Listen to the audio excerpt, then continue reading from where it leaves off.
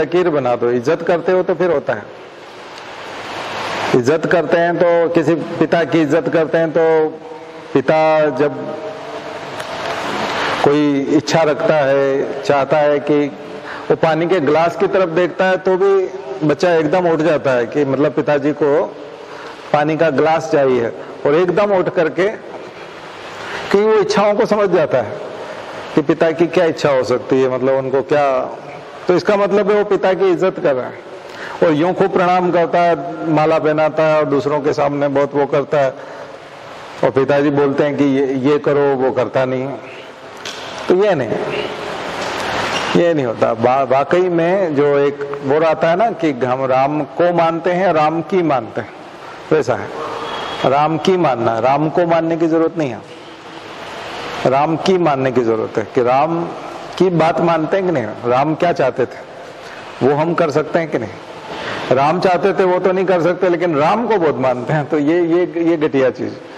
गांधी को मानते हैं, गांधी की मानते हैं, गांधी को, राम को, इन सबको, गुरुजी को, इनको मानने की जरूरत नहीं है, इनकी मानने की जरूरत है। इन्होंने कहा क्या है उसको मानना है, तो फिर जीवन बदलता है। क्योंकि इन्होंने जो कहा अगर वो मानना शुरू कर दिया तो चमत्कार आने लगते हैं, और केवल इनको मानते रहे तो हमको लगता है कि इनको प्रणाम कर लिया और काम हो गया, जबकि काम हुआ ही नहीं है। ठीक है ना। तो उद्देश्य जो है वो पूरा नहीं होता। हमेशा सिद्धांतों पे जाइए और उसको व्यवहार में लेके आइए, तो ये आपके लिए अच्छी शुरुआत होगी। आइए गायत्री मंत्र बोलते हैं, फिर अपनी बात शुरू। ओम भूर्भुवः स्वः तत्सवितुर्वरेण्यं भर्गो देवस्य धीमहि धियो यो नः प्रचोदयात्। तो हम लोग इंडियन पॉलिटी का सिलेबस देख रहे हैं, साथ साथ दो तीन चीजें नोट्स के संबंध में। आप लोग अब चूंकि अपनी पढ़ाई शुरू कर रहे हैं तो नोट्स के संबंध में मैं बताना चाहूंगा। सब लोग प्लेन पेपर वाली कॉपी यूज करें, प्लेन पेपर वाली कॉपी लेके आए। लाइन वाली कॉपी कम से कम जब तक आप 2-3 साल, जब भी आप सिविल सर्विसेज की तैयारी कंप्लीट करेंगे तब तक लाइन वाली कॉपी में नहीं लिखना है। ठीक है ना। तो कॉपी आपका लॉन्ग कॉपी जो भी होगा वो प्लेन वाला होगा। उसका कारण है कि यूपीएससी एमपीपीएससी बदलते रहते हैं अपना पैटर्न। कभी वो मेंस में लाइन वाली कॉपी अलाउ करते हैं, कभी प्लेन पेपर कर देते हैं, चेंज करते रहते हैं। तो एक तो आप प्लेन में आदत रहेगी तो लाइन में अपने आप बन जाएगी, उसमें कोई दिक्कत नहीं है। लेकिन जिनको लाइन में लिखने की आदत होती है उनको फिर प्लेन में लिखने में दिक्कत आती है, वो इधर उधर भागता है या टेढ़ा हो जाता है आखिरी में जाके लाइन, तो बेकार दिखता है, परफेक्शन नहीं दिखता उसमें। तो एक तो परफेक्शन लेके आना है, और वो परफेक्शन तब दिखेगा जब आप प्लेन पेपर पे यूज करेंगे। प्लेन पेपर में नोट्स बनाने से क्रिएटिविटी के काफी चांसेस रहते हैं। आप चूंकि ओपन होता है स्पेस, तो आप काफी कुछ फ्लो चार्ट बना सकते हैं, एरो बना सकते हैं, बहुत सारी चीजें कर सकते हैं, और डिजाइन दे सकते हैं, फॉन्ट की साइज ऊपर नीचे कर सकते हैं, कुछ भी कर सकते हैं। तो क्रिएटिविटी काफी अच्छे से हो सकती है, एक चीज। दूसरा, मल्टी कलर होना चाहिए, ज्यादा से ज्यादा कलर्स आप यूज करें, क्योंकि मस्तिष्क हमारा कलर्स को याद रखता है। अगर आपने शंकराचार्य को येलो कलर में लिखा है तो शंकराचार्य वहां येलो कलर में आपको दिखेंगे एग्जाम में। जब भी आप रिकॉल करोगे तो वो कलर वाइज दिखता है, आकृति वाइज भी दिखता है। जैसा शेप होता है, साइज बनाओगे, शेप, साइज एंड कलर तीनों इंपॉर्टेंट है। और मेमोराइज भी लॉन्ग टाइम के लिए होता है।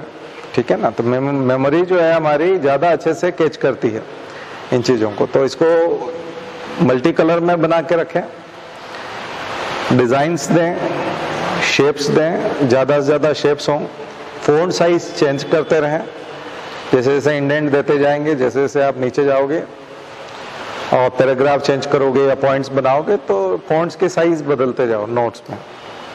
तो इससे आपको बहुत मदद मिलेगी। एग्जाम में आपको जो कहते हो नोट्स का पेज दिखता है, और जिन जिन कलर्स में हमने जो जो लिख रखा है वो सब कलर वाइज दिखते भी।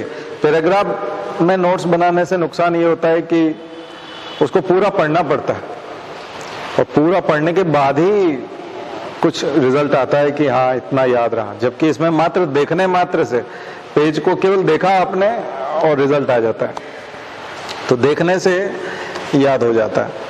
तो पॉलिटी के नोट्स कैसे बनाएंगे, तो मैंने आपको कुछ पॉइंट्स बताए थे, कुछ एरिया बताए थे, फील्ड्स दिए थे, आपको दिए थे ना एरिया, सब्जेक्ट एरिया, जिसमें कि आपको उसके नोट्स बनाने।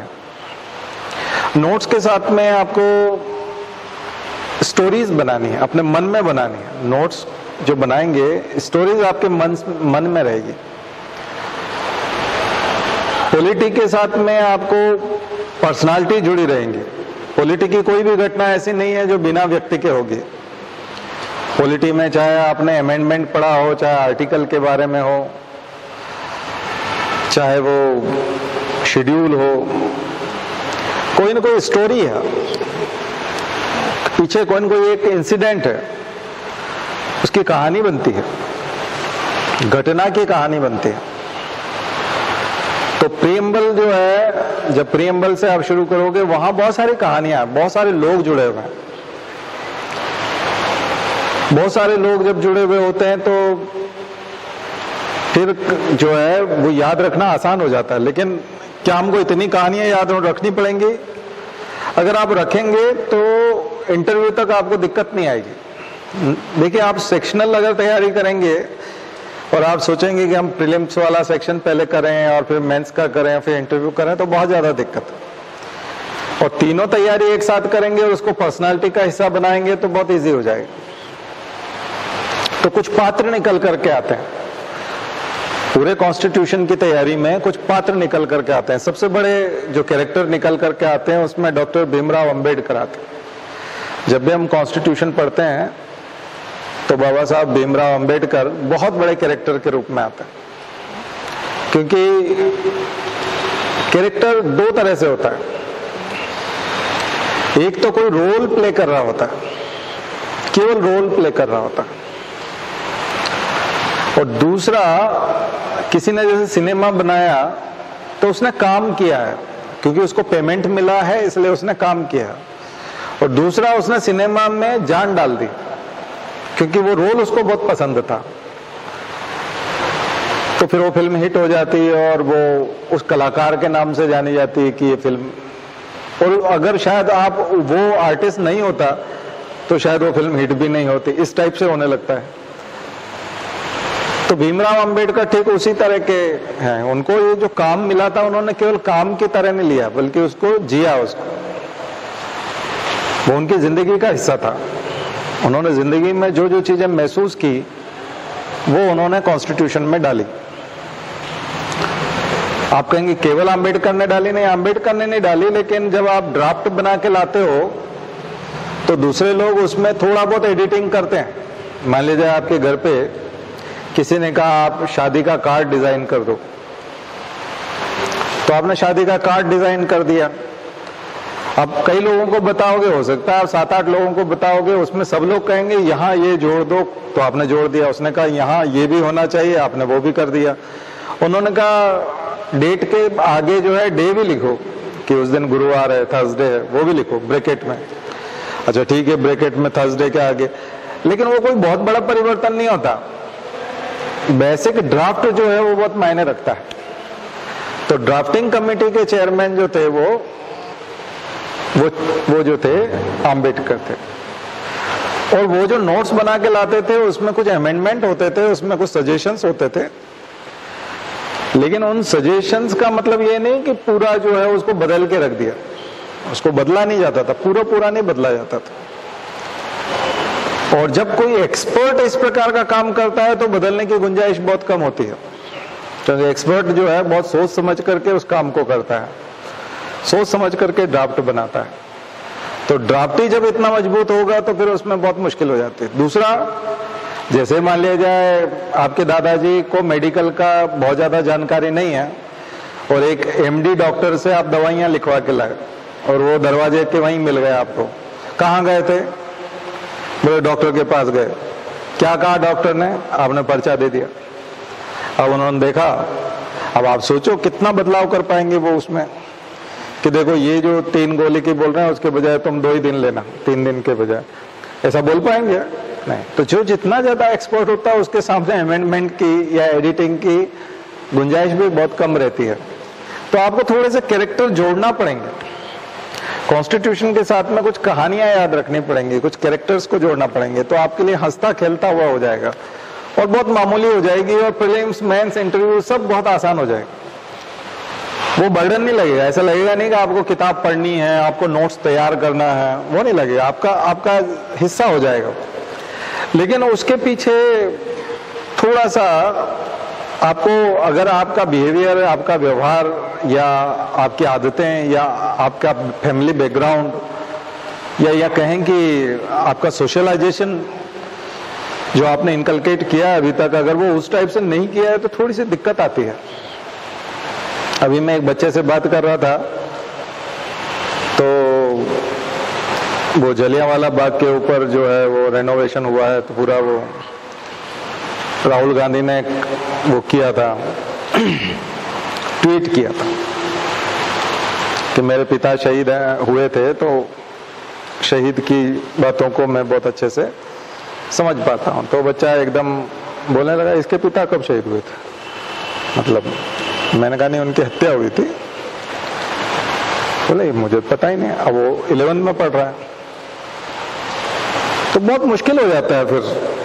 अगर आपको बिल्कुल ही इंफॉर्मेशन नहीं है, आप बिल्कुल ही कुछ ही नहीं जानते, आपको यही नहीं पता इंदिरा गांधी की हत्या हुई थी, राजीव गांधी की हत्या हुई थी, या महात्मा गांधी के बारे में तो नाथूराम गोडसे का जुड़ा हुआ है, तो काफी लोग जानते हैं कि महात्मा गांधी को नाथूराम गोडसे ने, तो लड़का एक मेरे को मिला था, वो बोले अगर उसको नाथूराम गोडसे नहीं मारता तो मैं मार देता, ऐसा भी था। मतलब इस टाइप के भी भारत की संतानें हैं अभी।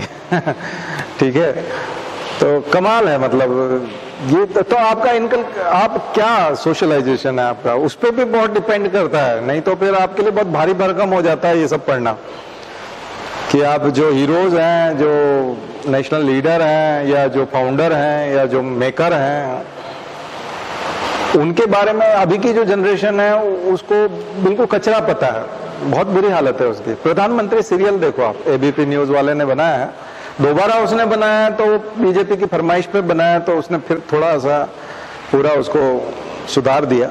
दोबारा वाला मत देखना, पुराना वाला देखना, जब उसके ऊपर बीजेपी का प्रभाव नहीं था, सरकार का प्रभाव नहीं था।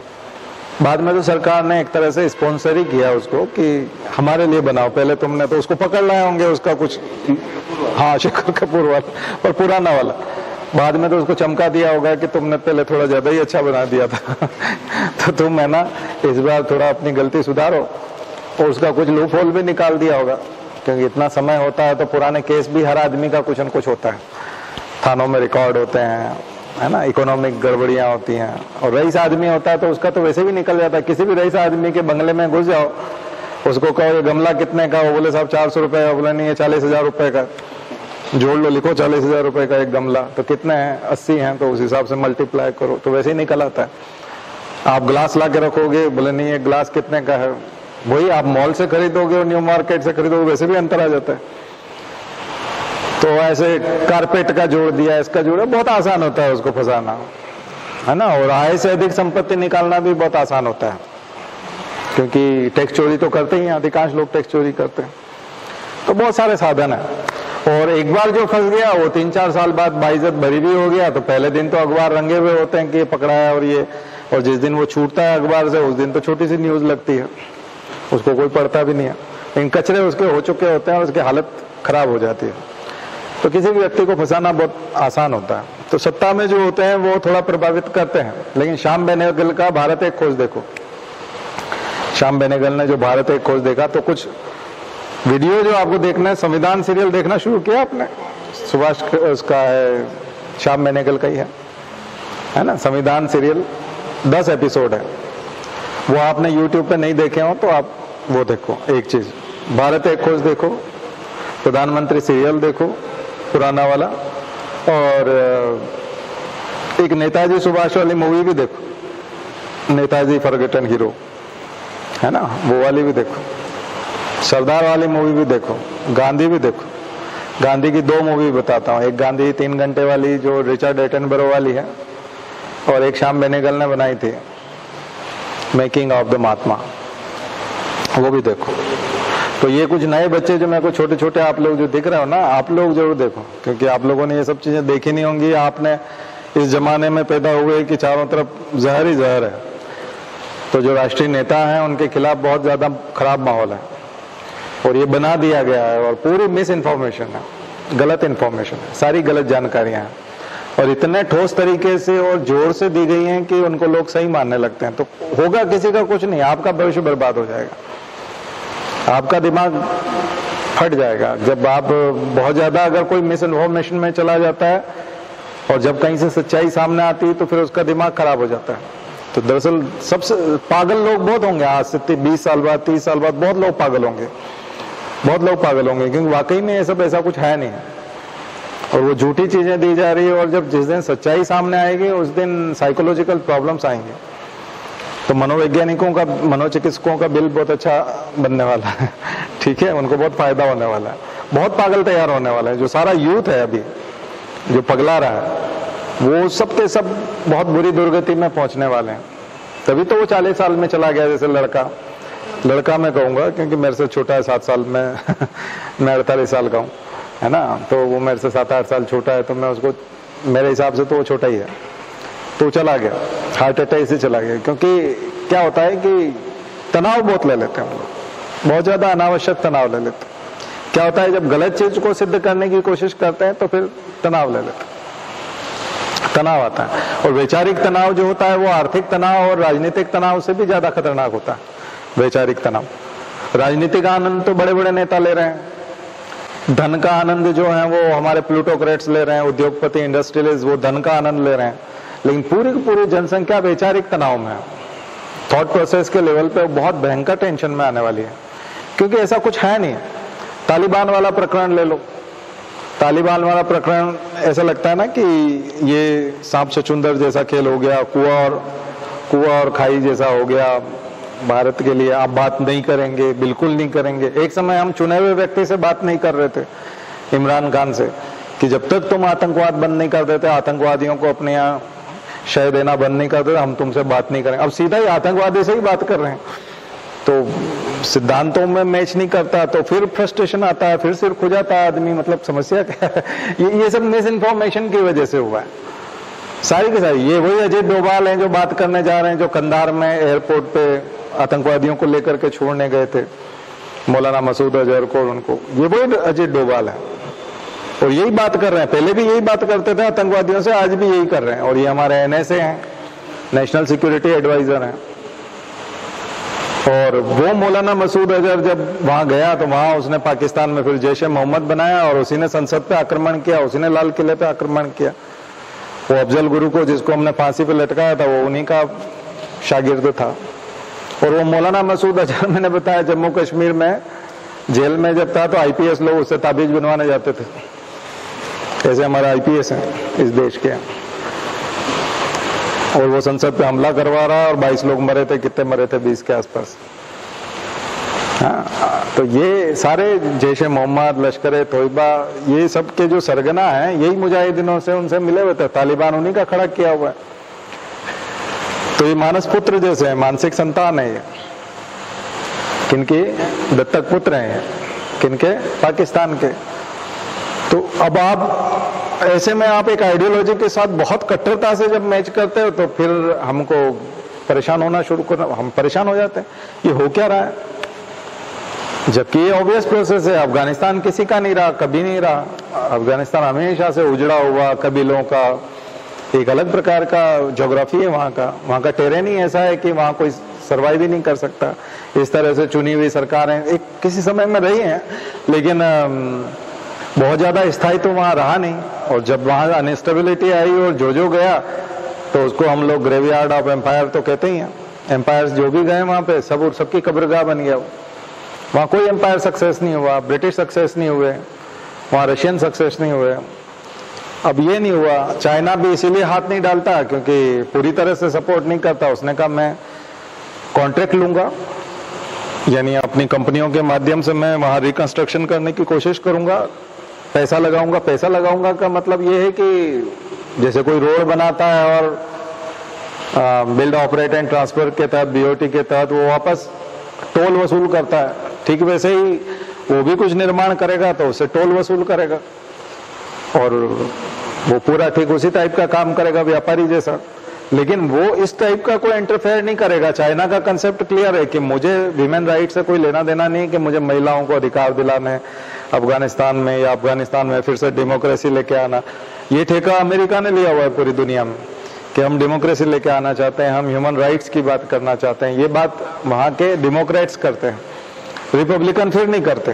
ट्रंप जैसे आदमी थे उसमें इंटरेस्ट नहीं लेते, लेकिन बाइडेन जैसे लोग लेते हैं, है ना। तो उन लोगों का ऐसा है। लेकिन बहुत लंबे समय तक इतने इन्वेस्टमेंट के बाद भी जब उनको लगा कि कुछ नहीं है तो वो चले गए। तो आपने हालात देखे कितना जल्दी सबने सरेंडर कर दिया और कितना जल्दी ये सब हुआ जादू की तरह।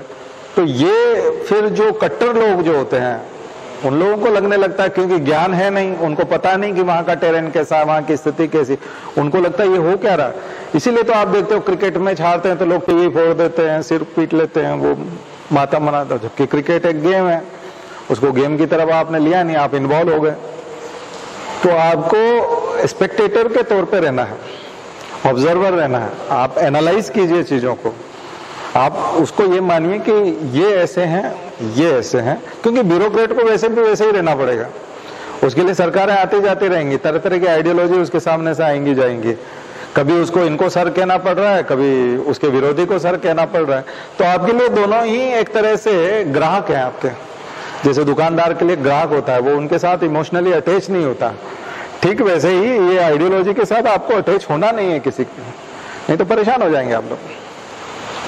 आप लोगों को आइडियोलॉजी के साथ नहीं जाना है। आपको ऐसा मानना है कि अभी इसकी सरकार थी, कमलनाथ की थी, अब शिवराज सिंह की आ गई, अगली शिवराज सिंह की आएगी या कमलनाथ की, पता नहीं है। तो आपको उनको भी सर, उनके भी चैम्बर में जाना पड़ेगा, जी सर करना है, इनके भी चैम्बर में जाकर के जी सर करना है। फिर आप फ्रस्ट्रेट हो जाएंगे। मैं कुछ लोगों को देख रहा हूँ फ्रस्ट्रेशन में पागल हो गए, ऐसे कैसे इनके आ गई, ये क्यों आ गए। अब आ गए तो आ गए, अब क्या करोगे। तो उसने भी कहा कि तुम बहुत सोशल मीडिया में लिखते हो, फेसबुक पे बहुत लिखते हो, पिछले वाले के बहुत फेवर में लिख रहे थे, हमारे बहुत अगर में आज के बाद कुछ लिखा तो ठिकाना लगा देंगे तुमको। तो उसने अपना अकाउंट ही बंद कर दिया।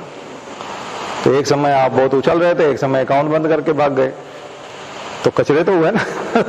तो फिर ऐसा रहने से क्या मतलब है। इसलिए जो है खास करके पॉलिटी पढ़ते समय आपको ये सब चीजें आ जाएंगी। आप देखिए कि ये सरकार की ये नीति थी, इन्होंने प्लानिंग कमीशन बना के रखा था, मोदी आया इन्होंने प्लानिंग कमीशन हटा दिया, इन्होंने नीति आयोग बना दिया। नीति आयोग के ये काम थे, प्लानिंग कमीशन इस प्रकार से काम करता था। दोनों की तुलना कर दीजिए, प्लानिंग कमीशन ऐसे करता था, नीति आयोग ऐसे करता है, ठीक है। तो मोदी ये चाहते हैं कि नीति आयोग काम करे, इसके समय में ये है। उस समय रिजर्व बैंक की ऑटोनॉमी ऐसी थी, इस समय रिजर्व बैंक की ऑटोनॉमी ऐसी है।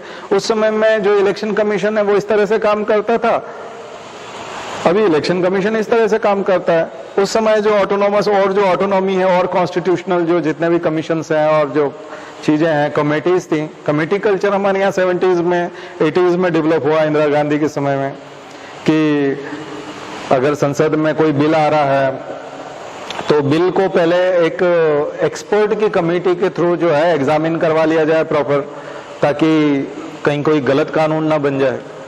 तो कमेटी कल्चर आया इंडिया में, पार्लियामेंट्री कमेटीज बनी, संसदीय समितियां बनी, उसमें तरह तरह की समितियां थी, एस्टीमेट कमेटी थी, पब्लिक अकाउंट कमेटी थी, पीएससी थी। तो ये तमाम प्रकार की कमेटीज, मैंने जो कॉन्स्टिट्यूशनल कमेटीज आपको बताई हैं वो कमेटीज आप कर लीजिए, कितने तरह की कमेटीज की व्यवस्था है। तो क्यों थी ये कल्चर, क्यों आया ये कल्चर? इसलिए आया क्योंकि अब कानून बनने जा रहा है तो पहले कमेटीज को दे दो। कोई भी सदस्य अगर मान लिया जाए गवर्नमेंट अगर गैर सरकारी विधेयक लेके आता है, गवर्नमेंट बिल है या प्राइवेट बिल है, दोनों तरह के बिल हो सकते हैं।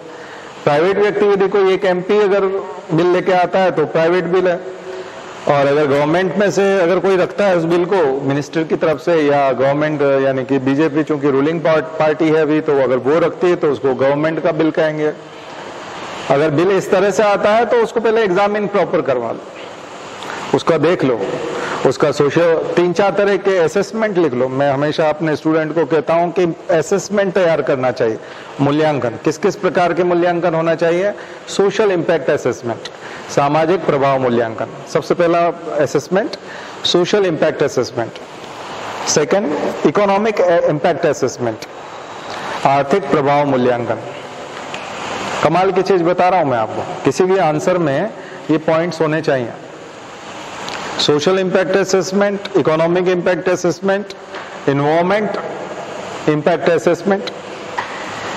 एनवायरमेंट पे क्या प्रभाव पड़ेगा? पर्यावरणीय प्रभाव मूल्यांकन, यानी कि जो भी इशू आ रहा है, जो भी नया प्रोजेक्ट है, नई कोई भी आप बनाने जा रहे हो, तो उसका सोसाइटी पे क्या प्रभाव होने वाला है, अर्थव्यवस्था पे क्या प्रभाव होने वाला है, उसका पर्यावरण पे क्या प्रभाव होने वाला है, और कानूनों पे क्या प्रभाव, लीगल इंपैक्ट असेसमेंट, कानूनों पे क्या प्रभाव पड़ने वाला है। इस प्रकार के कई असेसमेंट आप तैयार करवा लीजिए, एक्सपर्ट से पूछ लीजिए कि ये जो कानून बनेगा ये समाज के लिए कितना उपयोगी होगा, क्योंकि एकदम से आप ले आए फिर वो फेल होने लगा, फिर आपको वापस लेना पड़ रहा है। जैसा फार्म लॉज के मामले में आप देख रहे हैं ना कि वो कितना उसमें जो है बोन ऑफ कंटेंशन बन रहा है, वो कितनी दिक्कत आ रही है।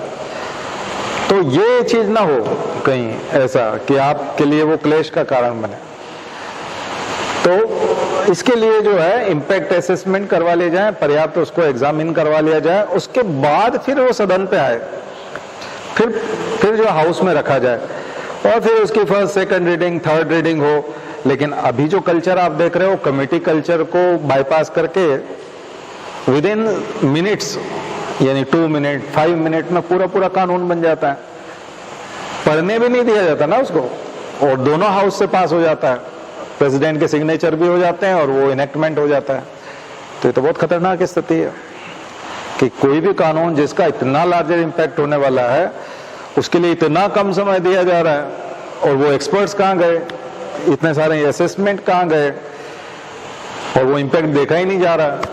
तो फिर वो जब लॉ बन जाता है और फिर सोसाइटी पे वाकई में इम्पैक्ट आता है, इन्वायरमेंट पे वाकई में इम्पैक्ट आता है, इकोनॉमी पे वाकई में इम्पैक्ट आता है, तब आप कदम पीछे नहीं हटाते, क्योंकि फिर आपको लगता है कि हमारी इंसल्ट होगी अगर हमने इसको वापस लिया, तो हम सब उसको झेलते हैं। तो फिर आपकी जीडीपी गिरती हुई नजर आती है, तो फिर आपकी एनवायरमेंट में आपको शहरों में बाढ़ दिखाई पड़ती है, क्योंकि जो शहरों में बाढ़ है ये सब है, ये हमारा कराया धरा है। हम लोगों ने जो वाटर बॉडीज है, जो वेटलैंड थी, उनको खत्म कर दिया। भोपाल में शहर के अंदर बाढ़ क्यों नहीं आती? क्योंकि हमने वेटलैंड को बरकरार रखा है, झीलों की नगरी बोलते हैं, तमाम झीलें हैं, चारों तरफ तालाब हैं। हैदराबाद में शहर में बाढ़ क्यों आई थी, चेन्नई में क्यों आई थी, मुंबई में क्यों आई थी? क्योंकि उन्होंने जो वेटलैंड्स थी, जहाँ बर्ड्स आते थे, जहाँ पानी भरा होता था, उसकी अपनी एक सर्विसेज होती हैं। वेटलैंड की बहुत लंबी चौड़ी सर्विसेज होती हैं। वेटलैंड बहुत अच्छे से सर्व करता है, क्योंकि वो वाटर इकोसिस्टम होता है, तो वाटर इकोसिस्टम की अपनी एक सर्विसेज होती है, उसकी बहुत लंबी लिस्ट बनती है। आपकी जो बड़ा तालाब है वो कितनी सर्विसेज देता है, बहुत तरह की सर्विसेज देता है। वाटर रिचार्ज करता है, ड्रिंकिंग वाटर की प्रॉब्लम को सॉल्व करता है, एस्थेटिक वैल्यू तो है ही है, फिर आप टूरिज्म को डेवलप करने के लिए बात करता है, उसके बाद वाटर स्पोर्ट्स होते हैं। तो अगर आप सर्विसेज को काउंट करेंगे तो हो सकता है वो 50 टाइप की सर्विसेज देता है, 50 तरह की सर्विसेज देता है। आप उसको क्लोज कर दीजिए, बड़ा से मॉल बन जाएंगे, बड़ी सी यूनिवर्सिटी बन जाएगी, बड़े बड़े कैंपस बन जाएंगे, बड़ा एरिया मिल जाएगा आपको। बंद कर दीजिए उसको। अब बाद में जब कभी भी पानी गिरेगा और बारिश होगी, हल्की सी बारिश में भी आपका चलना फिरना मुश्किल हो जाएगा रोड पे। हालांकि ये हिली एरिया है, टेरेन थोड़ा डिफरेंट है, लेकिन मुंबई और हैदराबाद में और इनमें यही सब हुआ। तो ये क्या होता है कि जब हम इन्वायरमेंट इम्पैक्ट असेसमेंट नहीं करते, सोशल इम्पैक्ट असेसमेंट नहीं करते हैं और किन्हीं चीजों को इनेक्ट कर देते हैं और उन चीजों को लागू कर देते हैं, तो फिर इस तरह की प्रॉब्लम आती है। तो उसमें जनता को सबको दिक्कत आती है। तो प्रॉपर लॉ जो है, लॉ मेकिंग एजेंसी जो है पार्लियामेंट, वो लॉ अपना इस तरह से बनाए कि उसमें थोड़ा सा टाइम ले, असेसमेंट करे, एक्सपर्ट्स उस पर फैसला लें, और जो वैज्ञानिक हैं और उसके जितने भी अप्रोच हो सकते हैं, साइंटिफिक अप्रोच हो सकता है उसका, और इकोनॉमिक अप्रोच हो सकता है, उन सब सारे अप्रोच पे अच्छे से काम करे, उसके बाद उसको लागू करे। बात समझ में आई ना? तो ये होता है। जैसे हम कॉन्स्टिट्यूशन के लिए कमेटीज देख रहे हैं, कॉन्स्टिट्यूंट असेंबली में कितने तरह लोगों की तरह तरह की कमेटी बनाई गई थी।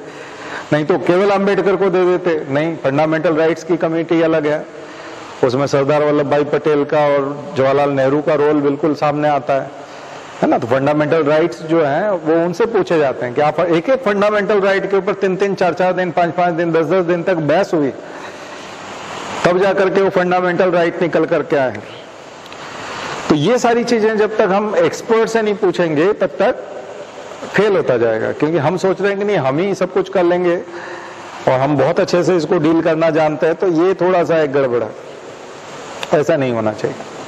क्योंकि आपकी पढ़ाई, सबसे बड़ी चीज है फिर आपकी पढ़ाई लिखाई भी नहीं है आप पढ़े हुए भी नहीं हो, एजुकेशन भी आपने नहीं लिया और फिर भी आप समझते हो कि आप ही सबसे ज्यादा जानते हो, ये तो और बेकार स्थिति है ना। या तो पढ़े लिखे होते तो भी बात समझ में आती है ना, कि उसको ज्यादा समझ में आता है।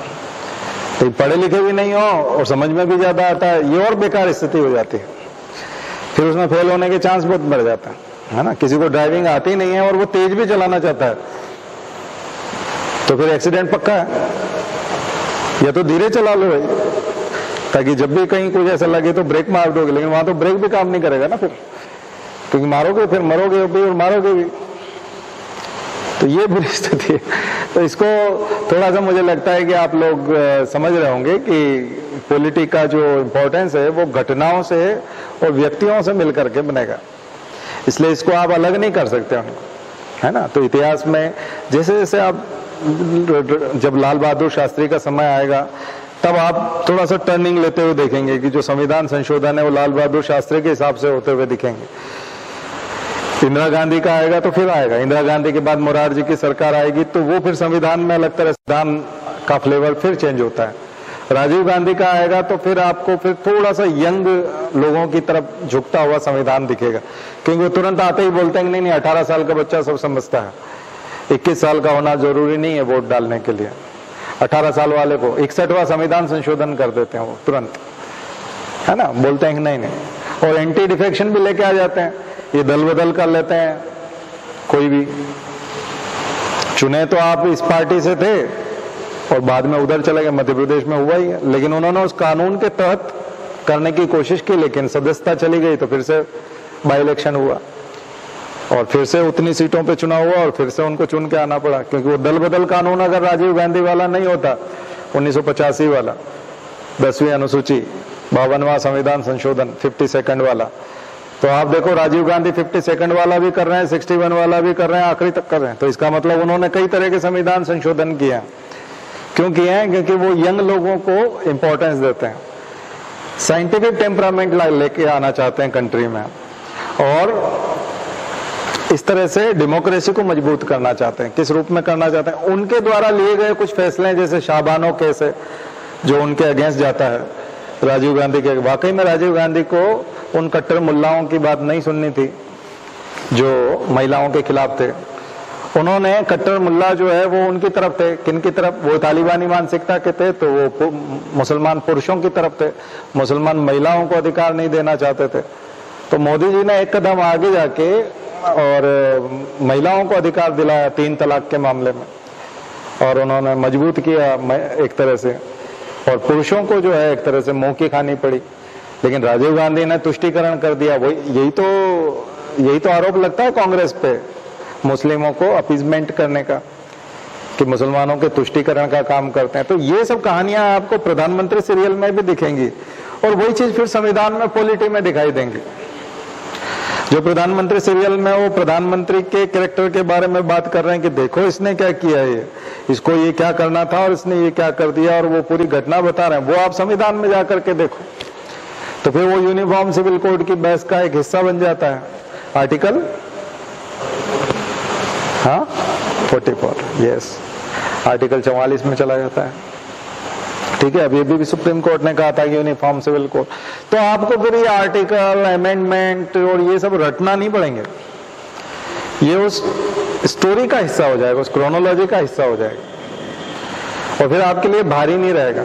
और इसको जाने बिना आपका पर्सनालिटी डेवलप भी नहीं होगा, क्योंकि फिर आप डरे सहमे से रहोगे, क्योंकि आप रट करके आंसर नहीं दे सकते एग्जाम में। आपसे सीधा अभी इंटरव्यू में सवाल करेंगे कि 3 तलाक खत्म कर दिया तो क्या मुस्लिम महिलाओं को मोदी जी को वोट नहीं देना चाहिए? ये इंटरव्यू का सवाल हो गया। अब क्या उत्तर दोगे आप?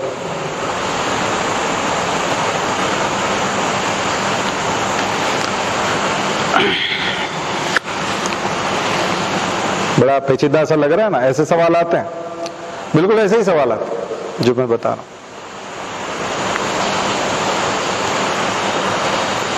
मुस्लिम महिलाओं के लिए तो बहुत बड़ा काम हो गया, जैसे राम ने अहिल्या के लिए किया था वैसा काम हो गया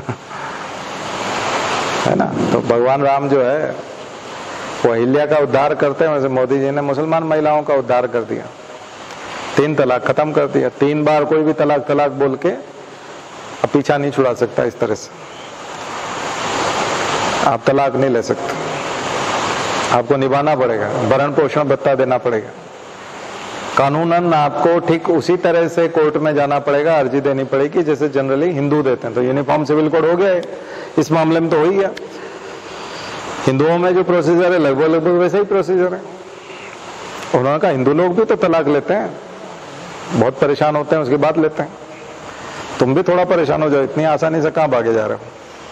3 बार बोल दिया और छुट्टी, ऐसा थोड़ी है। हाँ? तो ये तो बहुत अच्छी बात हो गई। तो अब तो मुसलमान महिलाओं को सपोर्टर हो जाना चाहिए। किसका? अगर ये प्रश्न है तो इसका उत्तर कैसा होगा आपका बताओ?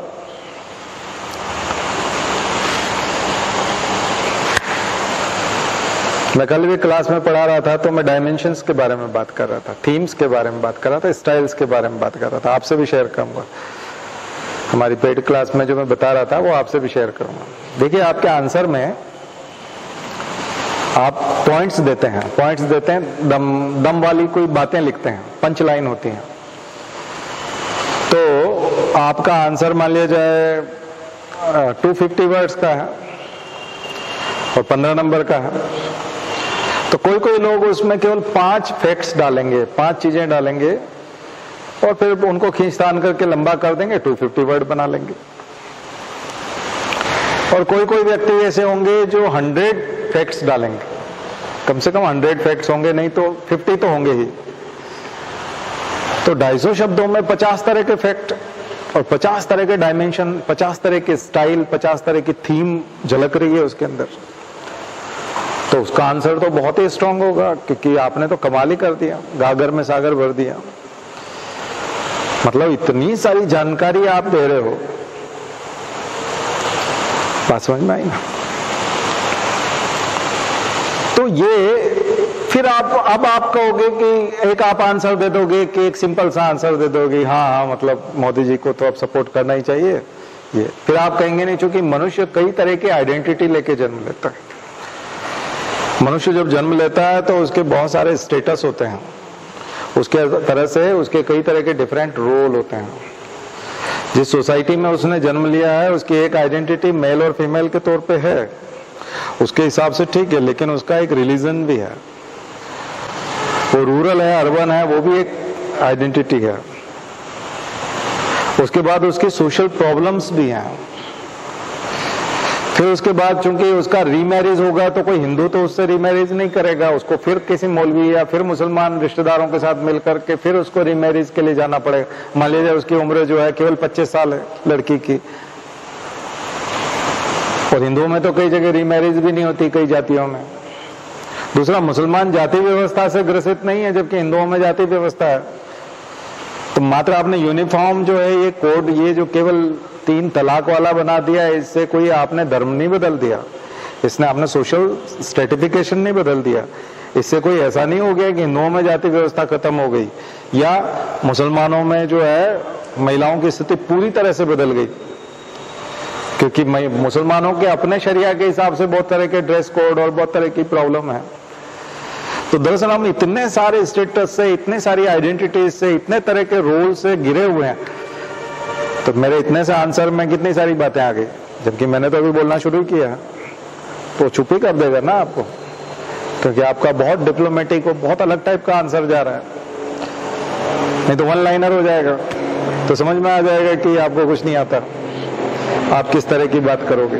तो पहले तो आपको इंडिया को समझना पड़ेगा कि इंडिया की किस प्रकार के, आप किस रीजन में रहते हो, वहाँ की ज्योग्राफी क्या है, वहाँ की सोसाइटी कैसी है, फिर वहाँ पर भरण पोषण के लिए या आत्मनिर्भर बनने के लिए फिर वहाँ की इकोनॉमिक कंडीशंस कैसी होंगी, क्योंकि महिलाओं को केवल स्वतंत्र कर देना सब कुछ थोड़ी, अब उसका जीवन कैसे चलेगा। फिर महिला को ये भी देखना पड़ेगा कि उसके पास अर्निंग के कितने तरह के साधन हैं और क्या है, और वो आत्मनिर्भर, अगर उसके पास बच्चे हैं तो उनकी परवरिश कैसे होगी, ये भी देखना पड़ेगा। फिर भारत में कानून बहुत महंगा है, ऑलरेडी वकील करना बहुत कठिन काम है, तो क्या वो उसको झेल सकती है महिला वकील करने को। करप्शन बहुत है, पुलिस वाले बहुत भ्रष्ट हैं, और यहाँ तक कि जुडिशरी में भी बहुत भ्रष्टाचार है। अगर उसका पति बहुत ज्यादा पैसे वाला हुआ तो वो तो जज को भी खरीद लेगा।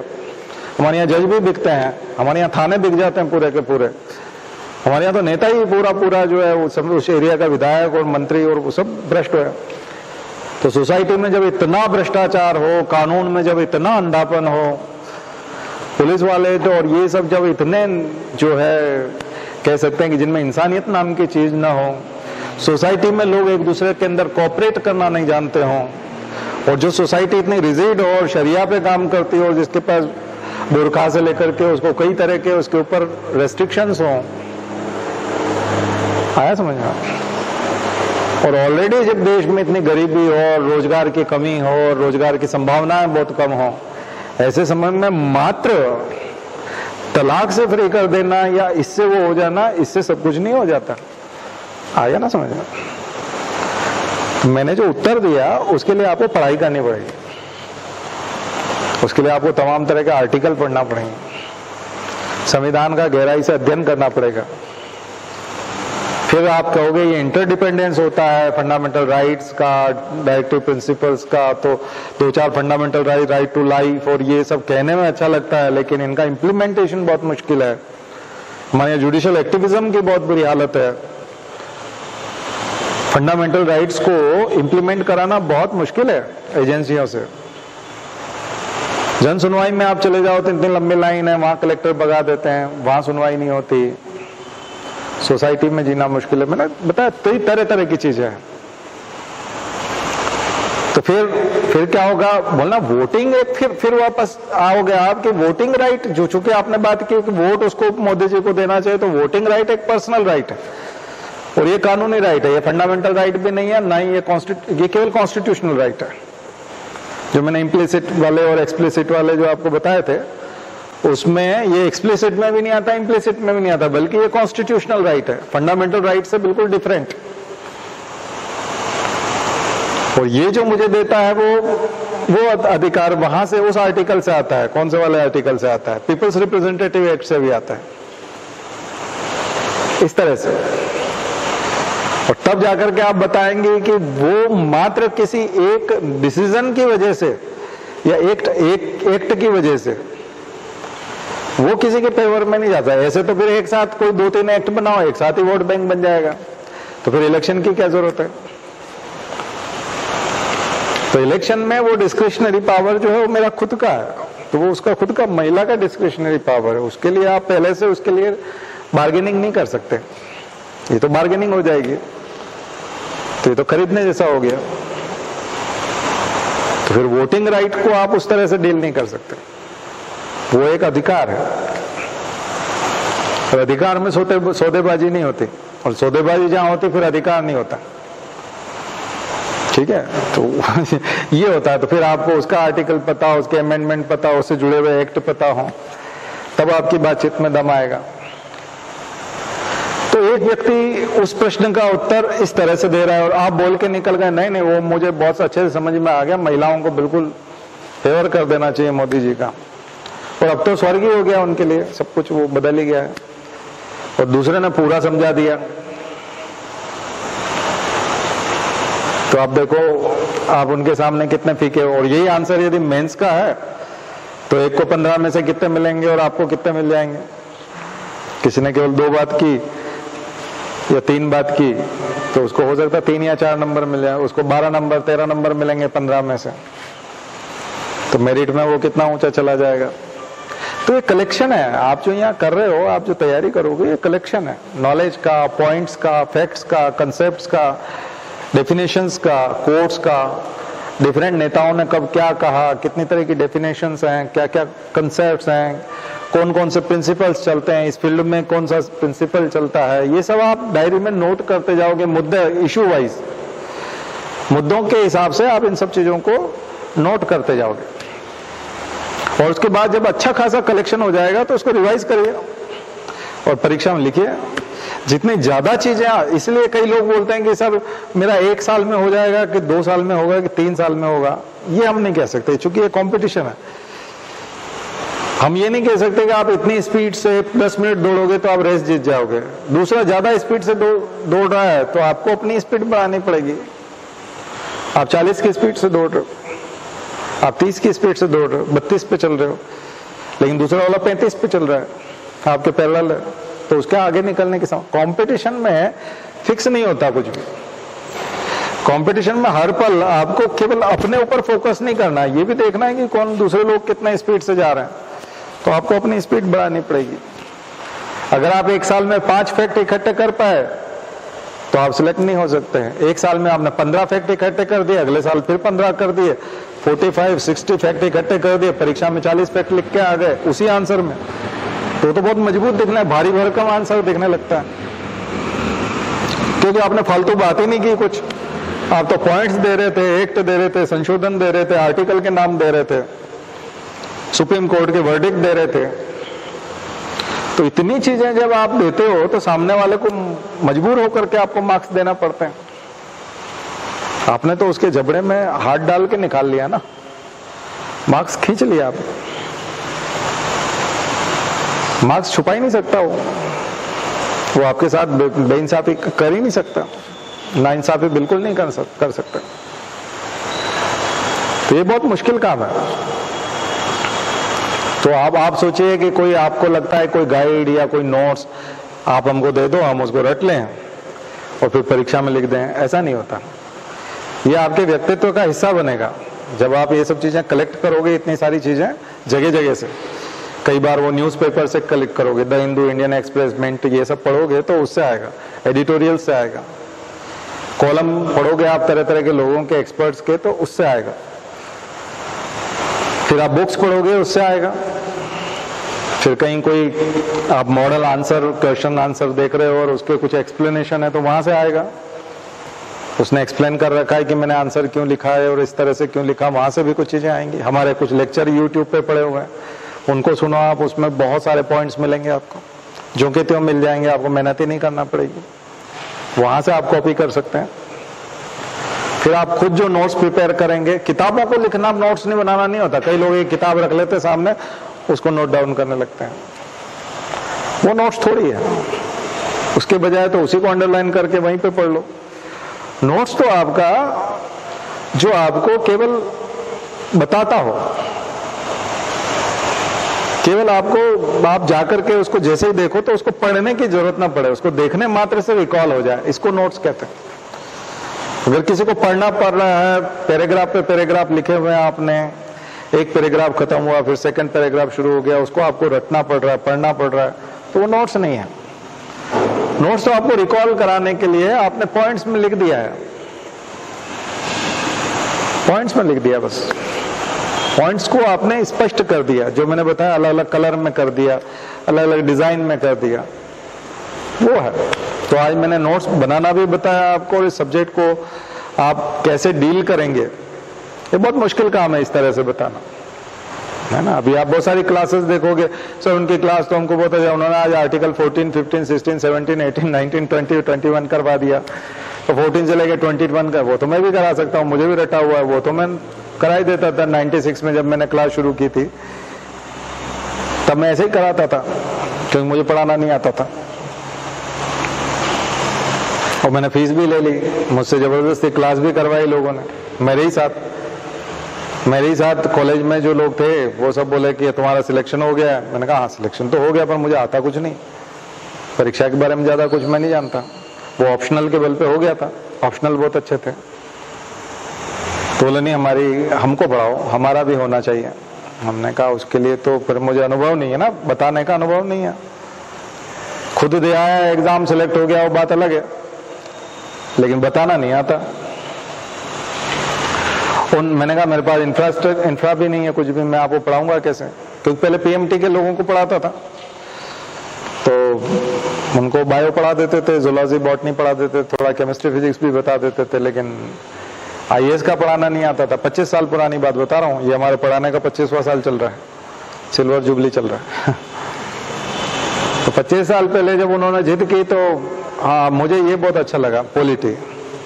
मैंने प्रतियोगिता दर्पण का एक अतिरिक्त अंक ले रखा था, खरीद रखा था एग्जाम के लिए, हालांकि पढ़ा नहीं था उसको पूरा, ज्यादा मतलब एक आध दो बार पढ़ा होगा हल्का सा, शुरू के कुछ पेज पढ़े होंगे 30-40, बाकी जो ही पढ़ा था ऐसे उसी से पास हो गए। ज्यादा कंपटीशन था नहीं, यूं कहें कि हमारी स्पीड अच्छी थी, हैंडराइटिंग फास्ट थी, अच्छी थी, लिखते अच्छा थे, थॉट प्रोसेस अच्छा हो जाता था, मन से बहुत कुछ लिख लेते थे, और यूं ऐसे कंपटीशन में जाते थे, डिबेट में जाते थे, एक्स्ट्रा करिकुलर बहुत स्ट्रांग था। तो इकोनॉमिक्स के प्रोफेसर थे, साइंस के स्टूडेंट, लाइफ साइंस के, लेकिन हम लोग इकोनॉमिक्स के प्रोफेसर के पास भी बैठ रहे हैं, पॉलिटी वाले के पास भी बैठ रहे हैं। उस समय मैं WTO बन रहा था 95 में, तो 93 से 95 तक WTO की कहानी थी, तो हम रोज इकोनॉमिक्स पढ़ते थे, इकोनॉमिक्स की क्लास में जाके भी बैठते थे, इकोनॉमिक्स के प्रोफेसर से डिस्कस करते थे, फिर वो न्यूज़ द हिंदू लेके आते थे, द हिंदू से फिर हमको अंडरलाइन करके देते थे, यहाँ से नोट्स बना लो डिबेट की, क्योंकि डिबेट होने वाला था कि डंकल प्रस्ताव लागू होना चाहिए नहीं होना चाहिए, और क्या WTO के बाद में कुछ राज्य बहुत गरीब रह जाएंगे, कुछ राज्य बहुत अमीर रह जाएंगे, तो लोग कुछ फेवर में बोलते थे, कुछ अगेंस्ट बोलते थे कि नहीं बहुत, तो इसमें बहुत मजा आता था, हम लोग बहुत अच्छे से, तो यूपीएससी की तैयारी हो रही थी एक तरह से, सिविल सर्विसेज की तैयारी हो रही थी, जबकि हम करते थे कॉलेज के कंपटीशन, यूथ फेस्टिवल का कंपटीशन डील कर इसको कर रहे हैं, लेकिन उसके साथ साथ तो इस तरह से जो एक्टिव होता है उसकी तैयारी बहुत अच्छे से हो जाती है। तो हमारी तैयारी इस तरह से हो गई, कब जीएस तैयार हो गया, सब्जेक्ट के ऑलरेडी यूनिवर्सिटी टॉपर वगैरह थे, तो उसमें कोई ज्यादा प्रॉब्लम नहीं थी, सब्जेक्ट ऑप्शनल सब्जेक्ट अच्छे थे, तो इस तरह से तैयार हो गए। फिर ऐसे कंपटीशन में गए तो ऐसे दे दिया, ऐसे से हो गया काम। तो जब सिलेक्शन हो गया तो लोगों ने कहा कि नहीं आपको पढ़ाना पड़ेगा, आप पढ़ाना पड़ेगा, पढ़ाना तो आता नहीं है उस टाइप से, खास करके पॉलिटी वगैरह तो नहीं पढ़ा सकते। तो वो जो किताब उठाई उन्होंने कहा चलो अब जा ही रहे हैं, फीस भी देने को तैयार हैं, और चेयर भी एक दो लोग तो बोले चेयर हम अपने अपने घर से ले आएंगे और बाकी अपना देख लो आप और पढ़ा दो। हमने कहा चलो ठीक है, तो बैच बन गया, क्लास शुरू हो गया। हमने उठाया प्रतियोगिता दर्पण और लिखा सीधा आर्टिकल 14, सीधा समानता का अधिकार, और उनको कहा लिखो। उससे पहले कि वो सोचते समझते हमारी योग्यता ज्ञात करते, उनको कहा लिखो, वो भी खुश हो गए, कॉपी खोला और उन्होंने कहा आर्टिकल 14 ये रहा, राइट टू इक्वलिटी। फिर उसको पूरा पढ़ दिया, हमने लिखवा दिया, डिक्टेट करा दिया। फिर गर्दन वो उठाते, फिर सोचते लिखा आर्टिकल 15 लिखो। लिखवाते गए, 4-5 पेज हो गए, 2-3 घंटे में 4-5 पेज 6 पेज भर गए। तो उनको भी काफी अच्छा लगा, हाथों हाथ दर्द करने लगता है, आदमी को बहुत अच्छा लगता है कि उसने बहुत मेहनत की है। घर वाले भी यही पूछना चाहते हैं कि लाओ क्या लिखा है बताओ, घर वाले भी यही बताना चाहते हैं। तो जो लेकिन हमने पढ़ाते सीखते जब 25 साल हो गए तो लगा कि वो पूरा टाइम पास है, वो बकवास चीज है, क्योंकि वो तो उसको दे देते फोटोकॉपी करा लो ये इसका। हम नोट्स देते हैं, अब उसको लिखवाते नहीं। हमारी नोट्स को हम लिखवाने लग जाए तो यहाँ आपको पैर रखने की जगह नहीं मिलेगी, लोग पगला जाएंगे, पूरे भोपाल के मतलब सारा यूथ पागल हो जाएगा, उसको लगेगा कि ये है कमाल की क्लास। दिल्ली में सब यही कराते हैं, सारे कोचिंग यही कराते हैं, दिन भर डिक्टेट कर 4-4 घंटे डिक्टेट कराते रहते हैं। आप देखो किसी कोचिंग क्लास में जाके सिर्फ डिक्टेशन लिखवाता रहता है वो। आप जैसे ही सोचेंगे कि सर क्या पढ़ा रहे हैं, इनका कितना नॉलेज, थोड़ा सा लिखो ना, इधर क्या देख रहे हो, लिखो। उसको लिखवाता। आपके अधिकांश टीचर देख लो पुराने क्या करवाते हैं, वो डिक्टेट कराते हैं। अब जब सामना करने का आता है, जब नॉलेज आता है आदमी को, तो वो सामना करना चाहता है स्टूडेंट्स, उनसे आई टू आई कॉन्टेक्ट से बात करना चाहता है, वो बताना चाहता है, बल्कि वो इनवाइट करता है क्वेश्चंस। वो चाहता है कि मुझसे कुछ पूछो तो मैं बताऊं, फिर सबको पता चले कि मुझे कितना आता है ना। तो वो बिल्कुल एक अलग अप्रोच होती है। वो नो से क्या अप्रोच है, वो बिल्कुल इमेच्योर, बिल्कुल बेकार कंडीशन है। इसका मतलब उसको कुछ आता नहीं। और जब हम ये ऐसा लिखवाते थे, 3 बार बोलना पड़ता था तब तो लिख पाते थे, तो चौथी बार में तो हमको समझ में आ जाता था, हम बीच में समझा देते थे उसको। चौथी बार में तो समझ में आ जाएगा। ये टेक्निक हमने विकसित की थी 10th क्लास में। मैं अपनी क्लास को इंग्लिश भी पढ़ाता था, मैथ्स भी पढ़ाता था। कुछ नहीं करता था, 40 लोगों को ऐसे नीचे बिठाता था, लाइन से 40 लोग पढ़ते। सबसे पहले एक ब्लैक बोर्ड पे इंग्लिश का इंट्रोडक्शन लिखते थे। 5 लाइन का एक इंट्रोडक्शन होता था किसी भी ऐसे का। 10 बजे क्लास शुरू होती थी, शाम को 5 बजे खत्म होती थी। सबसे पहले उसको खड़ा किया, एक लड़के को, ये पढ़ो। 5 लाइन होती थी इंग्लिश में, वो पढ़ता था। फिर दूसरे लड़के को, ऐसे 40 लड़के जब बोल जाते थे, फिर 41वां मैं खड़ा होता था, बिना देखे उन 5 लाइन को बोल जाता था। ठीक है, मैं पीछे नहीं देखता था। तो हम ऐसे टीचर के रूप में स्थापित हुए। ठीक है, ये हमने 10th क्लास में सीखा था। तो ये कितना आसान प्रोसेस। फिर वो सारे बच्चे सोचते थे यार हमने देख के पढ़ा और इन्होंने नहीं, तो सब सर बोलते थे। हमारी क्लास के बच्चे हमको सर बोलते थे और फीस भी देते थे। तो हमारी क्लास के बच्चे हमको फीस देते थे और हमसे पढ़ते थे, और घर से बोल के आते थे कि हम उनके यहाँ पढ़ने जा रहे हैं, और पेरेंट्स भेजते थे। आया समझ? और हमारे जो टीचर थे फुल प्लेस, उनकी कोचिंग बंद हो गई थी। वो जो घर पे पढ़ा था उनके पास कोई नहीं आता था, हमारे पास आते थे। तो कोचिंग पढ़ाना हमारा बहुत पुराना प्रोफेशन है। अगर हम वैसे करना चाहें तो हम बहुत आसानी से कर सकते हैं, भीड़ भी जुटा सकते हैं, पैसा भी बहुत बना सकते हैं। लेकिन वो बकवास है, बिल्कुल बकवास है। आप बेवकूफ बना रहे हैं, उसमें हम बेवकूफ बना रहे थे, क्योंकि हमको नहीं आता था, कुछ भी नहीं आता था।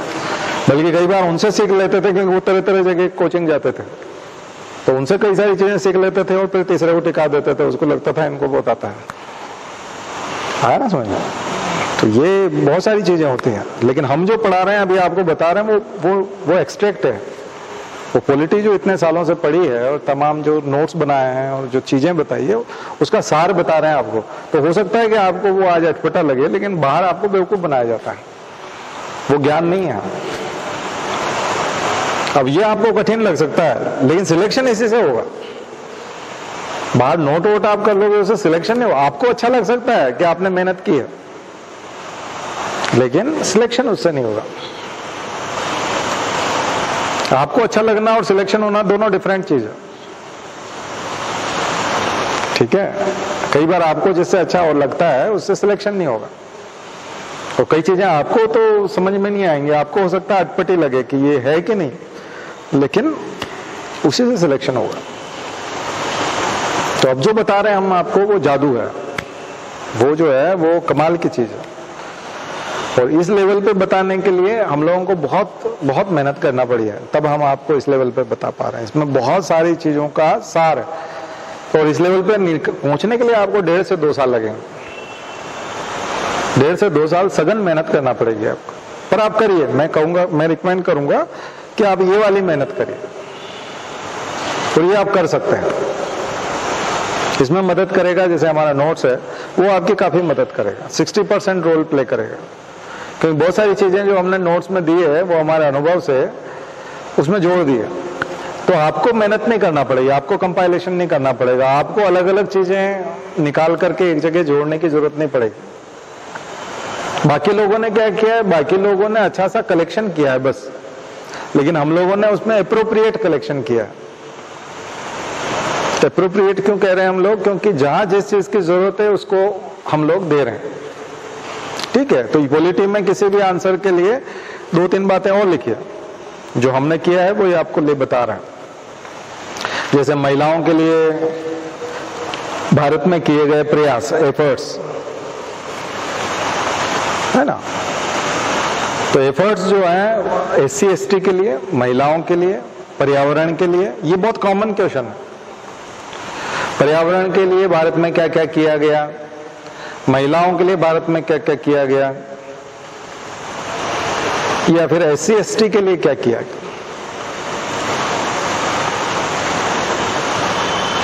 एफर्ट्स टेकन बाय गवर्नमेंट, और ये जो भी एजेंसीज और जो खास करके पार्लियामेंट के। तो अब आप यहाँ एफर्ट्स के टाइप लिख लीजिए, ये इसका एक फिक्स्ड स्ट्रक्चर है, आंसर का एक स्ट्रक्चर है। फर्स्ट है कॉन्स्टिट्यूशनल प्रोविजंस, ये मेंस के लिए भी काम करेगा, प्रीलिम्स की तैयारी करने के लिए, और नोट्स बनाने के लिए बहुत अच्छी चीज है। आप जो नोट्स बनाएंगे वो इसी फॉर्म में बनाएंगे। कॉन्स्टिट्यूशनल प्रोविजंस, संवैधानिक प्रावधान। सबसे पहले आप करेंगे संवैधानिक प्रावधान। दूसरे नंबर पे आएगा स्टैट्यूटरी प्रोविजंस, वैधानिक प्रावधान, जो कानून बनाते हैं, विधान बनाते हैं, स्टैट्यूटरी प्रोविजंस।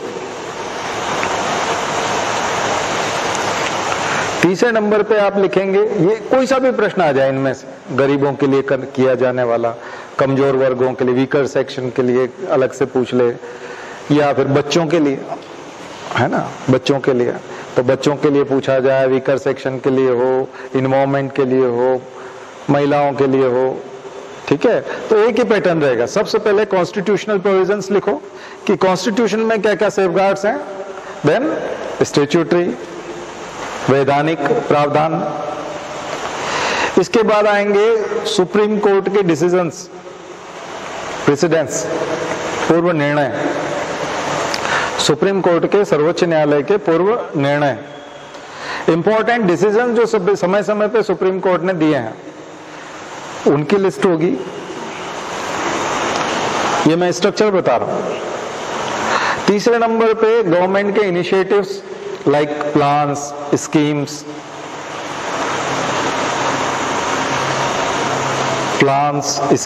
प्रोग्राम्स, कार्यक्रम। सुप्रीम कोर्ट के डिसीजन के आगे आप एक और चीज लिख सकते हो, गाइडलाइंस। कई बार सुप्रीम कोर्ट डिसीजन के साथ साथ गाइडलाइन भी देता है, like Vishakha guidelines for working woman. Working place पे है ना, महिलाओं के साथ कुछ गलत नहीं होना चाहिए कर्तव्य स्थल पर, उसके लिए विशाखा गाइडलाइंस है। तो ये एग्जांपल है एक जैसा, है ना। तो सुप्रीम कोर्ट के डिसीजंस एंड गाइडलाइंस। तो नोट करने वाली चीज कभी भी जो होती है वो इस टाइप की चीज होती है, ये चीजें नोट करनी होती है, ना कि आपको समानता का अधिकार लिखवाऊंगा, क्योंकि वो तो हम लोग आगे डिस्कशन में जाएंगे, अभी पॉलिटी में तो करेंगे हम उसकी बात करेंगे। तो आज मैं थोड़ा सा आपको और तैयारी का तरीका बताना चाह रहा हूँ, क्योंकि आप जहाँ आ रहे हैं ना, यहाँ आपको फिर केवल मैं वही चीज बताऊं तो आप फिर फ्री महसूस करेंगे, और अब मैंने आपको कुछ किया तो आज आपको लगेगा कि आपके अंदर कुछ चेंज आया है, क्योंकि अभी तक की पढ़ाई में आपने ये सब स्कूल कॉलेज में ये सब चीजें देखी नहीं होंगी। इस टाइप से कोई टीचर नहीं बताता कि इस तरह से सोचो, इस तरह से करो, इस तरह से डिजाइन करो, आंसर को फ्रेम करो, इस तरह से नहीं सीखते आप लोग। ये है, ये कोचिंग होती है, इसको बोलते हैं कोचिंग। वो क्या है, वो टीचिंग है।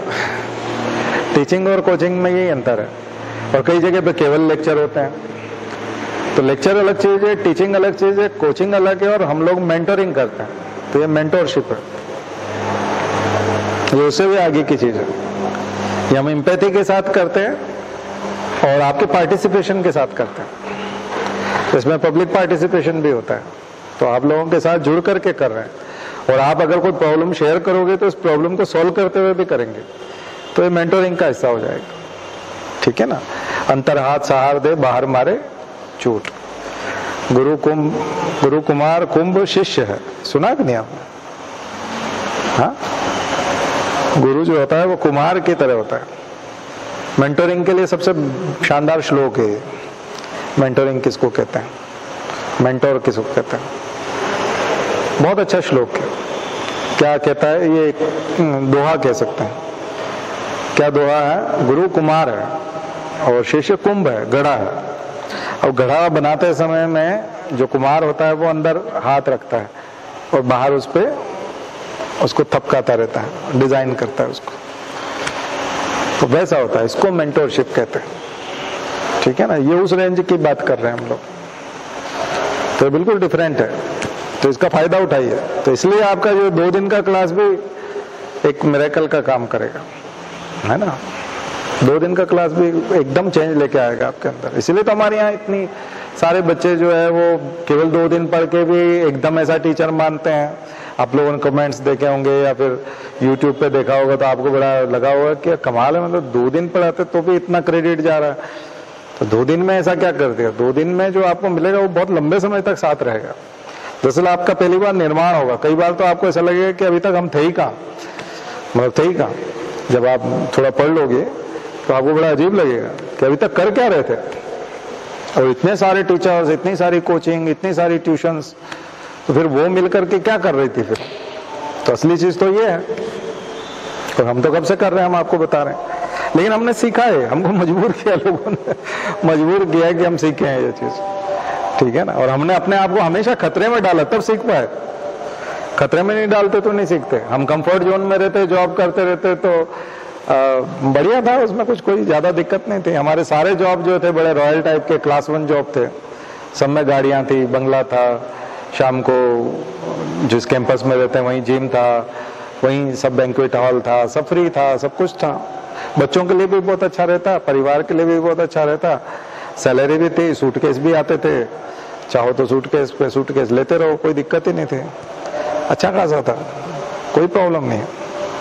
लेकिन हम हमेशा स्ट्रगल में लेके गए, खुद को लेके गए, समस्याओं को ओढ़ा, बुलाया उनको, इनवाइट किया कि नहीं हम प्रॉब्लम में जाएंगे, हम फिर से बेरोजगार होंगे। और हमने कभी भी कोई नौकरी नई नौकरी के मिलने पे नहीं छोड़ी। जब हमारे सामने अनसर्टेनिटी थी तब हमने जॉब छोड़ा, कुछ भी नया नहीं था करने को, क्या करेंगे, और छोड़ दिया। फिर से फाइट की, फिर लड़े, तो बार बार के लड़े, बार बार जीते, बार बार लड़े, बार बार जीते, जीतना सीखा, जीतने की आदत डाली, तो फिर कोचिंग पैरेलल में चलाते रहे इनकम के लिए। तो फिर आज जो है आपको इतना बताने की स्थिति में है ना, अदरवाइज नहीं हो पाता। ये दूसरे टीचर में और हम में ये डिफरेंस है, उन्होंने कभी खतरे में नहीं डाला, या तो कोचिंग चला रहे हैं तो कोचिंग चला रहे हैं, नौकरी लग गई तो या फिर नौकरी लग गई है, इस तरह से कोई खतरे में नहीं डालता। हमको मजा आता था, हमको लगता था फाइट करेंगे, मजा आएगा, फिर से चलेंगे। पहुंच गए, अब यहीं पे जश्न मना रहे हैं, विजय जुलूस निकाल रहे हैं, उससे क्या मतलब है, फिर से फाइट करेंगे। और अलग अलग तरह के चैलेंजेस लिए, बहुत मजा आया, तो उसका फायदा आप उठाइए।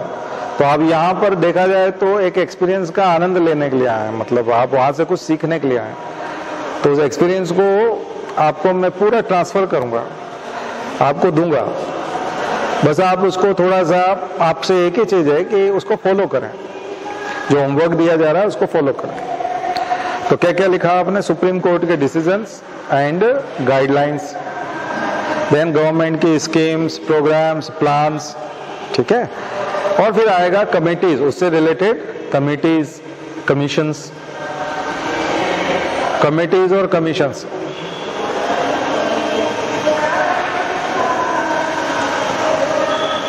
And experts views, experts views यानी जो विशेषज्ञ हैं उनकी राय क्या है, विशेषज्ञों की राय। देन फिर आपका बैलेंस्ड व्यू, प्रोज कॉन्स भी लिख सकते हो आप लोग, साथ साथ प्रोज कॉन्स में भी जा सकते हो, पॉजिटिव नेगेटिव में भी जा सकते हो। और देन बैलेंस्ड व्यू, संतुलित दृष्टिकोण आपका, ये एक आंसर का फॉर्मेट होगा, खास करके इस टाइप के प्रश्न जब होंगे कि कमजोर वर्गों के लिए क्या किया, बच्चों के लिए क्या किया, महिलाओं के लिए क्या किया। तो अब आप देखो आपका आंसर रिच होगा कि नहीं। सबसे पहले आप कॉन्स्टिट्यूशन के आर्टिकल देखोगे, अमेंडमेंट्स देखोगे, शेड्यूल देखोगे, ये सारी चीजें दोगे। देन आप संसद में कब कब क्या क्या कानून बनाए उनका ब्यौरा दोगे। फिर बाद में आप सुप्रीम कोर्ट के डिसीजंस दोगे, उनकी कोई गाइडलाइन होगी तो वो दोगे। फिर आप गवर्नमेंट की फिर अप्रोच दोगे पूरी कि उन्होंने क्या प्लान, स्कीम, प्रोग्राम्स क्या क्या कब कब क्या क्या किया वो दोगे। फिर आप एक्सपर्ट्स का वो व्यू दोगे और देन फिर अपने प्रोस कॉन्स लिखोगे कि इसमें पॉजिटिव ये है, ये सब तो ठीक है, ये सब इतना हुआ, लेकिन अभी भी ये स्थिति उतनी नहीं सुधरी है। हाल में हम और खबरें सुनते हैं कि अभी भी हालात खराब हैं। अभी एनसीआरबी का डेटा ये बताता है कि क्राइम इस महिलाओं के विरुद्ध इतना जा रहा है, बच्चों के प्रति इलीगल वो जो ट्रैफिकिंग वाला है वो मामला, ह्यूमन ट्रैफिकिंग इतना जा रहा है, अभी भी लोग इतने लोग भीख मांग रहे हैं, अभी भी ये हो रहा है। ठीक है, तो प्रोज कॉन्स और जो अच्छाइयां हो गई हैं, अचीवमेंट्स हैं, वो उसमें चले जाएंगे, कुछ कॉन्स में चले। देन आप लास्ट में जिसको कंक्लूजन कहते हैं वो बैलेंस्ड व्यू होगा, संतुलित दृष्टिकोण। मुझे लगता है मेंस का आंसर लिखना सीख रहे हो ना, यही चीज आपके इंटरव्यू का आंसर होता है। जब तक कि आपको सामने वाला रोक न दे तब तक आप ये वाला फ्रेम करके रखो। मुझसे अगर पूछेगा कि महिलाओं के लिए क्या किया गया अभी तक भारत में, तो आप शुरू हो जाओगे कॉन्स्टिट्यूशनल वाले से, और वो जहां आपको रोक दे इनमें से क्योंकि वो रोकेगा, क्योंकि आप तो आधा घंटा बोल सकते हो, आगे समझ में। तो आपकी तैयारी ऐसी हो कि कंटिन्यूस आप बोलते जाओ। कई बार वो अपने काम में लग जाता है आपको चालू करके। कई लोग सोचते हैं कि मतलब मुझसे प्रश्न क्यों नहीं पूछ रहे, उनको लगता है कि वो ऐसे ही बोल रहे हैं, भाई ये काम करो, तुम ये बताओ। अब उनको काम करना है, पहले जो इंटरव्यू लिया उसको मार्क्स चढ़ाना है, कंपाइल करना है। 10 लोगों के मार्क्स इकट्ठे हो गए, उन सबको जोड़ना है, और एक को समोसे की याद आ रही है, और एक को फोन पे बात करनी है, क्योंकि कब से मिस कॉल आ गए हैं 3-4। तो ऐसी सिचुएशन में आपके ऊपर एक प्रश्न दाग दिया जाएगा इसी टाइप, भाई ये बताओ कमजोर वर्गों के लिए सरकार क्या कर रही है, चलो चलो चलो बताओ, चलो बताओ बताओ। और फिर उसके बाद वो अपने काम में लग जाएंगे सब, उनको लगता है बोलता रहेगा। आया समझ। और अगर आप तो कुछ एक आध बात बता के चुप हो गए, अरे भाई बोलो, परीक्षा देने आओ, क्या करो, ऐसे कैसे बना दें तुमको कलेक्टर, कोई मजाक कर रहे हो, क्या कर रहे हो, अरे क्या करोगे, जाओगे जिले में तो कमजोर वर्गों के लिए क्या करोगे, क्या कोई कानून वानून कुछ पता है कि नहीं है, संसद ने कुछ किया, और कॉन्स्टिट्यूशन पढ़ा कि नहीं तुमने, पॉलिटी इस तरह से होता है। तो फिर आप चक्कर में आ जाओगे, आप कहोगे यार ये कैसा इंटरव्यू है, ये कोई देख नहीं रहा, सब आपस में बात भी कर रहे हैं, कागज भी ले रहे दे रहे, एक समोसा खा रहा है, एक कॉफी पी रहा है, एक बाहर ही चला गया फोन लेके। तो बड़ा अजीब माहौल हो जाता है कभी कभी, क्योंकि आपके टाइम पे ये सब होना था तो क्या कर सकते हैं। आपका नंबर ही ऐसे समय में आया कि वो कब से बैठे हुए हैं, 10 लोगों का इंटरव्यू ले रहे हैं सुबह से, परेशान हो गए, अब आपका नंबर है। अब ऐसे में यदि आप शुरू हो गए ना, तो कान में तो पड़ रहा है सबके, और आप बंद होने का नाम भी नहीं ले रहे, और 15 मिनट भी हो गए, उनको लगा ये बंदा ठीक है, हमारा काम भी सारा हो गया, वो बोलेंगे नहीं नहीं थैंक यू, कॉन्ग्रेचुलेशंस, आप अच्छा जिला संभालेंगे, और आप जा रहे हैं। मतलब वहां पे आपको आधा रिजल्ट तो वहीं डिक्लेयर हो जाता है, उनके उस पर सेटिस्फेक्शन देखता है, बीच बीच में वो देखते भी हैं, कमाल है, फिर वो दूसरे को बोलते भी हैं, देखो इनको देखो क्या बोल रहे हैं धनाधन। तो ये होता है इंटरव्यू। पर ये आएगा कैसे, ये वाली क्षमता आएगी कैसे, तो फिर आप मेंस निकालोगे भी तो तभी ना, जब इतना बोलना सीखोगे तभी तो मेंस में लिखोगे। और फिल्म्स में जो मल्टीपल चॉइस है वो कैसे सॉल्व होंगे, ऐसे ही सॉल्व होंगे, ऐसे ही तो सॉल्व होंगे। तो मुझे लगता है आपने अच्छे से आज जो मैंने बताया वो अच्छे से समझ में आया होगा। 1 आध घंटा हो गया कि नहीं, हो गया चलो तो ठीक है, तो आज की बात खत्म करते हैं, कल से फिर प्रीएम्बल वाला शुरू करें। मेरी इच्छा थी आज से आपको कॉन्स्टिट्यूशन का अपने, पर आज का ठीक रहा चीज है ना, कुछ स्ट्रक्चर मिला आपको लिखने के लिए, सोचने के लिए। हाँ चलिए शांति पाठ।